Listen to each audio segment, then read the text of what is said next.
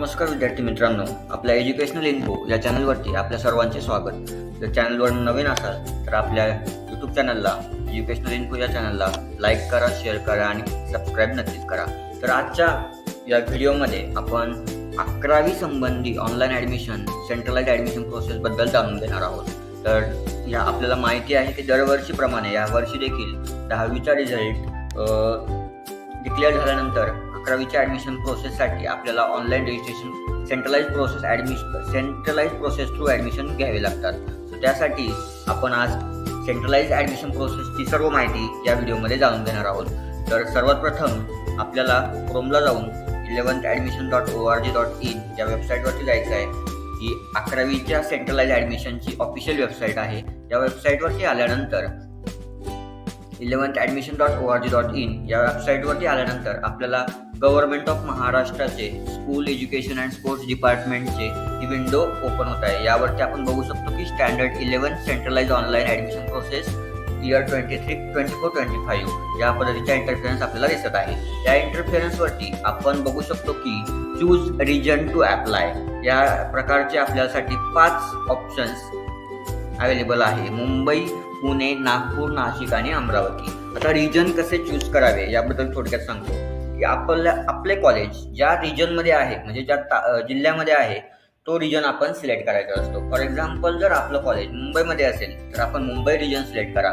पुण्यामध्ये असेल तर पुणे रिजन सिलेक्ट करा. पुण्यामध्ये परत 2 एरिया येतात, PMC आणि PCMC, पुणे म्युनिसिपल कॉर्पोरेशन आणि Pimpri Chinchwad municipal corporation. So या 2 एरिया येतात. नंतर नागपूर, नाशिक आणि अमरावती. सो आपल्याला पुणे या रिजनची ॲडमिशन प्रोसेसबद्दल जाणून घेऊया. सो पुणे, PMC आणि PCMC या ऑप्शन्सवरती आपण क्लिक करायचे. क्लिक केल्यानंतर आपल्याला या प्रकारचा एक विंडो ओपन होतो. यावरती आपण बघू शकतो की government of Maharashtra school education and sports department standard 11 centralise online admission process 24-25 and Pune and Pimpri Chinchwad municipal corporation area या प्रकारचा आपल्याला विंडो या ठिकाणी ओपन झालेला आहे. यावरती आपण बघू शकतो की part 1 students registration and application form filling will start from 24 May 2024 till SSC result declaration date. म्हणजे जोपर्यंत 10वीचा रिझल्ट डिक्लेअर होत नाही तोपर्यंत आपल्याला स्टुडंट्सना रजिस्ट्रेशन आणि ऑनलाईन ॲप्लिकेशन फॉर्म भरण्यासाठी चालू होत आहे. या ठिकाणी आपण वेगवेगळे टॅब्स आहे, student registration, log in, admission schedule, brochure and manual, rules and circulars, video and apps या प्रकारचे आपल्याला या ठिकाणी इंटरफेरन्स दिसत आहे. आपण ॲडमिशन शेड्यूलवरती जाऊन ॲडमिशन शेड्यूल 2024-25 यावरती क्लिक केल्यानंतर एक PDF ओपन होते. PDF डाउनलोड होते. या प्रकारची PDF आहे ती. या PDF मध्ये 11चे असलेले ऑनलाईन ॲडमिशनचे सर्व शेड्यूल यामध्ये त्यांनी आपल्याला एक्सप्लेन केलेले आहे. सो यामध्ये बघू शकतो शिक्षण संचालनालय, माध्यमिक व उच्च माध्यमिक महाराष्ट्र राज्य पुणे, इयत्ता 11वी केंद्रीय ऑनलाईन प्रवेश प्रक्रिया 2024-25 प्रवेश प्रक्रियेचे संभाव्य टप्पे त्यांनी या ठिकाणी आपल्याला दाखवलेले आहे. त्यामध्ये एक लिंक आहे https:11thadmission.org.in या पोर्टल थ्रू आपण ॲडमिशनसाठी रजिस्ट्रेशन करत असतो. यामध्ये कार्यवाहीचे टप्पे, कालावधी आणि कार्यवाहीतील घटक या प्रकारचा एक टेबल तयार केलेला आहे. त्यामध्ये बघू शकतो आपण पूर्वतयारी म्हणून त्यांनी mock demo registration for students हा ऑप्शन दिलेला होता. तो 22 मे 2024 ते 23 मे 2024 म्हणजे 2 दिवस केवळ विद्यार्थ्यांना सरावासाठी उपलब्ध करून दिलेला होता. तो विद्यार्थ्यांनी स्वतः पालकांच्या मदतीने करायचा होता. एक सराव होता तो की आपल्याला ऑनलाईन रजिस्ट्रेशनसाठी काय काय डॉक्युमेंट्स लागणार आहेत वगैरे याची आपल्याला माहिती या ठिकाणी भेटणार होती. त्यानंतर ऑनलाईन नोंदणी व सर्वसाधारण माहिती यामध्ये आपल्याला आपण बघू शकतो की अर्ज भागवण भरणे हा टप्पा आपल्याला या ठिकाणी दिनांक 24 मे 2024 पासून आपल्याला सकाळी 11 वाजल्यापासून उपलब्ध करून देण्यात आलेला आहे. त्यामध्ये actual students registration and part 1 म्हणजे विद्यार्थ्यांना त्यांचे रजिस्ट्रेशन करून पार्ट 1 भरण्यासाठी हा विंडो ओपन करून देण्यात आलेला आहे. हा विंडो इयत्ता 10वीच्या निकालापर्यंत उपलब्ध असणार आहे. यामध्ये विद्यार्थ्यांनी स्वतः पालकांच्या मदतीने हा फॉर्म भरायचा आहे. यासाठी आपण आपल्या नजीकच्या सायबर सेंटरमध्ये जाऊन देखील आपण हा फॉर्म रजिस्ट्रेशन करू शकतो. त्यामध्ये काय आहे, ॲक्च्युअल रजिस्ट्रेशन केल्यानंतर तुमचं रजिस्ट्रेशन कंप्लीट झाल्यानंतर तुम्हाला लॉग इन ID आणि पासवर्ड क्रिएट होईल. तर लॉग इन ID आणि पासवर्डच्या साहाय्याने तुम्हाला लॉग इन करून तुमची इतर माहिती, तुमचा रहिवासी पत्ता, तुमचे मार्क्स, तुमचं क्वालिफिकेशन, कॅटेगरी या सर्व डिटेल्स तुम्हाला त्या ठिकाणी भरायचे आहेत. त्यानंतर फॉर्म 1 भरल्यानंतर तो GCS या ठिकाणी जाणार आहे. GCS means guideline centre. Guideline सेंटरला तो फॉर्म व्हेरिफिकेशन साठी जाणार आहे. एक ठराविक एरिया चूज करून त्यांनी काही गाईडलाईन सेंटर बनवलेले असतात. त्या गाईडलाईन सेंटर आपल्याला रजिस्ट्रेशन करताना आपल्याला त्या गाईडलाईन सेंटरचं नाव देणं अपेक्षित असतं. गाईडलाईन सेंटर चूज करताना आपल्या एरियामध्ये म्हणजे आपल्याला जे जवळ पडेल या ठिकाणचं एक रजिस्ट्रेशन सेंटर आपण डॉक्युमेंट व्हेरिफिकेशनसाठी द्यावायचे आहे. डॉक्युमेंट व्हेरिफिकेशन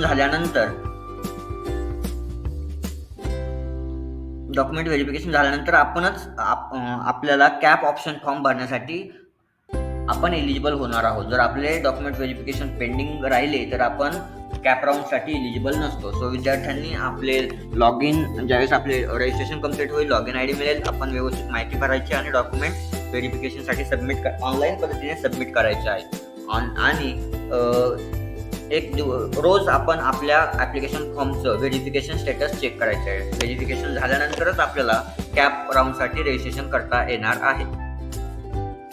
तुम्ही बघू शकता इथे की form part 1 verification by guideline centres 24 May 2024 पासून ते 10वीचा निकाल लागल्यानंतर 2 ते 3 दिवस ते सुरू असणार आहे. निकालानंतर 2 दिवस पर्यंत ते गाईडलाईन सेंटर्स तुमचे डॉक्युमेंट व्हेरिफिकेशन करून देऊ शकतील. ठीक आहे. त्यानंतर माध्यमिक शाळा अधिकृत मार्गदर्शन केंद्र व विद्यार्थी ते कुठं होतात, तर ते अधिकृत मार्गदर्शन केंद्र त्यांनी डिक्लेअर केलेले असतात, त्या ठिकाणी ते डॉक्युमेंट व्हेरिफिकेशन होतात. त्याच्यानंतर एक टिप दिलेली आहे, प्रत्येक फेरीपूर्वी रजिस्ट्रेशन आणि व्हेरिफिकेशन सुरू राहील.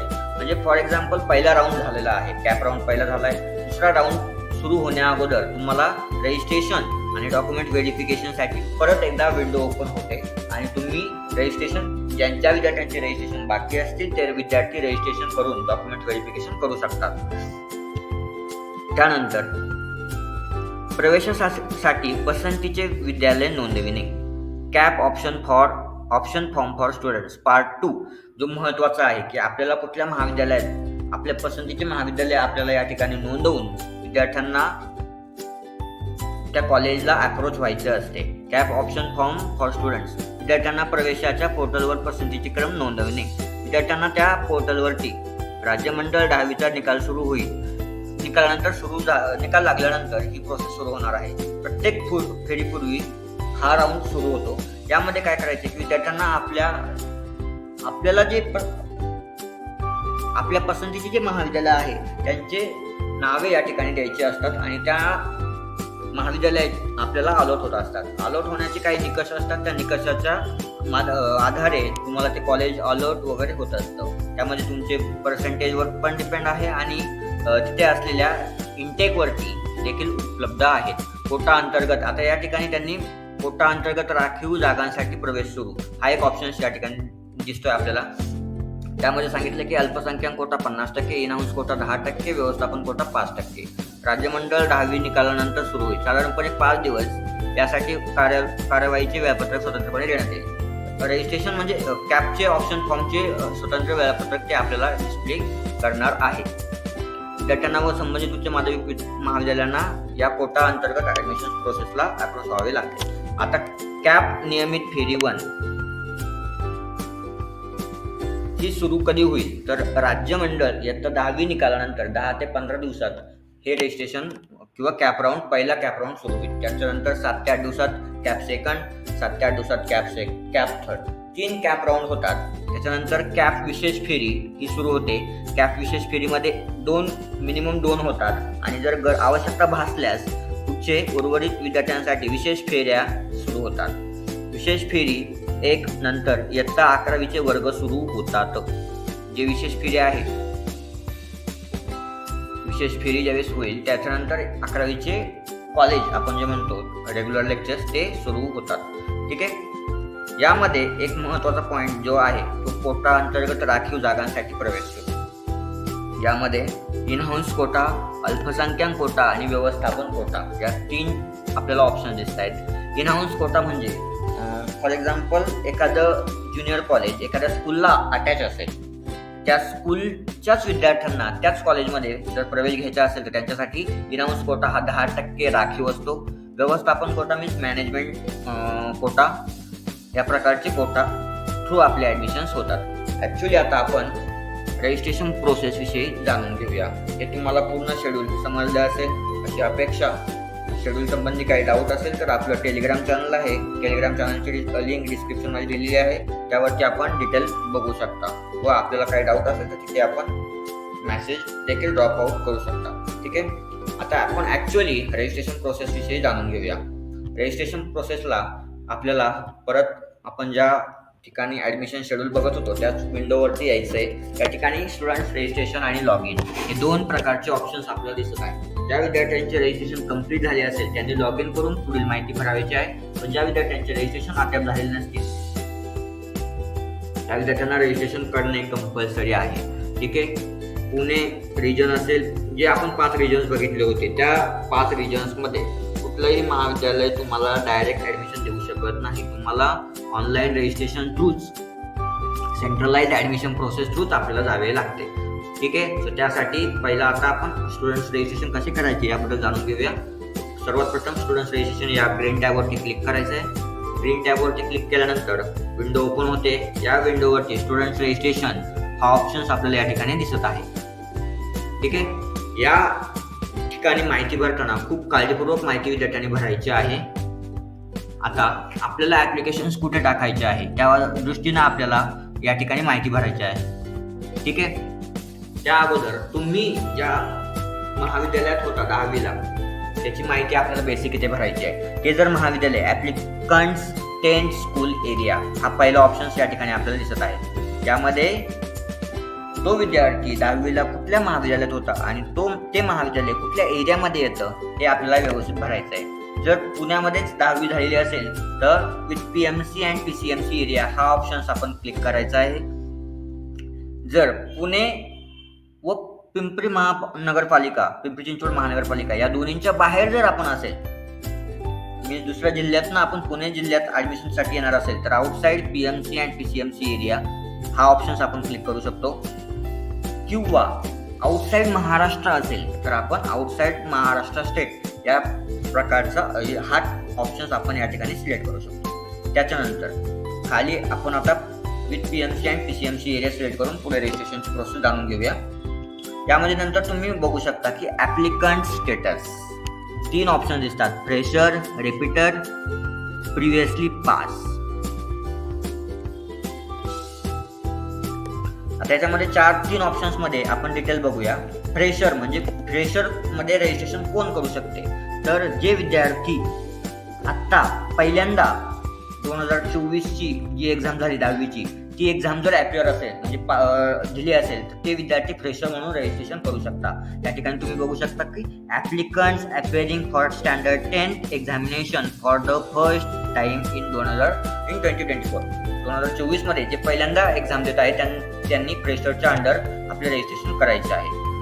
आता रिपीटर म्हणून कोण, ज्यांनी असे विद्यार्थी की ज्यांनी 2024ची एक्झाम ॲज अ रिपीटर म्हणून दिलेली आहे त्यांनी रिपीटर मधून करायचे आहे. आणि प्रिव्हियसली पास जे 2022, 23, 21 या वर्षामध्ये पास आउट झालेले आहे त्यांनी प्रिव्हियसली पास याच्या अंडर तुम्ही क्लिक करायचे आहे. नंतर 10वीला आपण ज्या बोर्डला होतो त्या बोर्डचे नाव आपल्याला या ठिकाणी भरायचे आहे. आता SSC असेल, CBSE असेल, CISE असेल, IB असेल, IGCSE असेल, NIOS असेल किंवा एनी अदर बोर्ड असेल. So other than Maharashtra state असेल तर NIOS वगैरे जर अदर दॅन महाराष्ट्र बोर्ड असेल तर ते एनी अदर बोर्डमध्ये जाऊ शकतो. SSC असेल तर SSCला क्लिक करा, CBSE असेल तर CBSEला क्लिक करा. जे काही बोर्ड असेल आपलं 10वीचं त्यानुसार आपण या ठिकाणी ऑप्शन्स क्लिक करायचे आहे. जर आपण एनी अदर असेल तर या ठिकाणी आपल्याला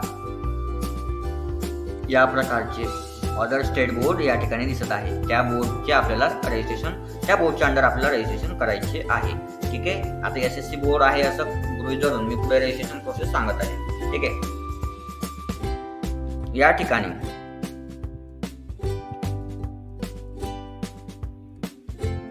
फ्रेशर्स विथ PMC आणि SSC या 3 ऑप्शन्सवरती क्लिक केल्यानंतर आपल्याला 10वीची बेसिक माहिती या ठिकाणी भरायची आहे.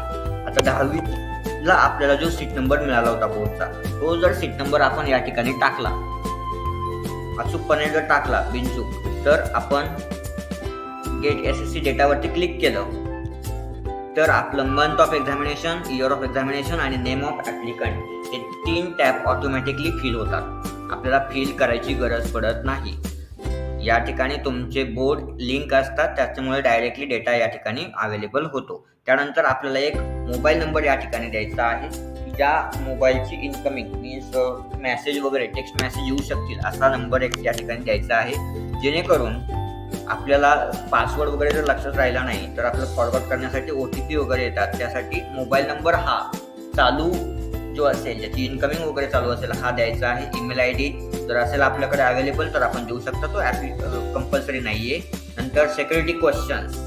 काय होतं की विद्यार्थ्यांना पासवर्ड लक्षात राहत नाही किंवा गहाळ होतात, सो त्यासाठी त्यांनी सिक्युरिटी क्वेश्चन हा एक ऑप्शन दिला आहे. या ठिकाणी कुठलाही एक सिक्युरिटी क्वेश्चन्स आपण सिलेक्ट करून त्याचे करस्पॉन्डिंग आन्सर आपण या ठिकाणी टाकून रजिस्ट्रेशन करायचे आहे. नंतर पासवर्ड. आता पासवर्ड हा स्ट्रॉंग पासवर्ड निवडावा की जेणेकरून कोणी फॉरवर्ड करून कोणी आपलं ID वापरू शकणार नाही असा तोच जो पासवर्ड तुम्ही चूज कराल. पासवर्डमध्ये अल्फाबेट्स, कॅरेक्टर्स या पद्धतीचा पासवर्ड असावा. तोच पासवर्ड या ठिकाणी कन्फर्मसाठी टाकायचा आहे. आणि हा जो कॅप्चा दिसत आहे तुम्हाला, कॅप्चा या ठिकाणी पुट करून तुम्ही रजिस्ट्रेशन कंप्लीट करायचे आहे. ठीक आहे. रजिस्ट्रेशन कंप्लीट झाल्यानंतर तुम्हाला लॉगिन ID आणि पासवर्ड हा टेक्स्ट मेसेज थ्रू येईल. पासवर्ड तुम्हीच टाकलेला आहे, त्याच्यामुळे तुम्हाला पासवर्ड माहिती आहे. लॉगिन ID तुम्हाला तुमच्या टेक्स्ट मेसेजमध्ये अवेलेबल होईल. तो लॉगिन ID घेऊन या ठिकाणी आपण लॉगिन ID टाकून, पासवर्ड टाकून आणि कॅप्चा टाकून या ठिकाणी आपण लॉगिन या बटनावर क्लिक करून पुढची माहिती भरायची आहे. पुढील माहितीसाठी आपण नक्कीच लवकरात लवकर व्हिडिओ आपल्यासाठी घेऊन येऊ. माहिती जर आवडली असेल व 11th ॲडमिशन संबंधी काही डाऊट असेल तर आपण आपल्या टेलिग्राम चॅनलला नक्कीच फॉलो करा. आपल्या टेलिग्राम चॅनलची लिंक आपल्या डिस्क्रिप्शनमध्ये दिलेली आहे. व जर व्हिडिओ आवडली असेल तर आमच्या एज्युकेशनल इन्फो या चॅनलला लाईक, शेअर आणि सबस्क्राईब नक्की करा.